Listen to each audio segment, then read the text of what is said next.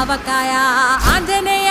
కథ మొదలెట్టినాడు చూడరయ్యా శక్తినంతా కూడగట్టి చెట్టు దులిపినాడు అంజయ్య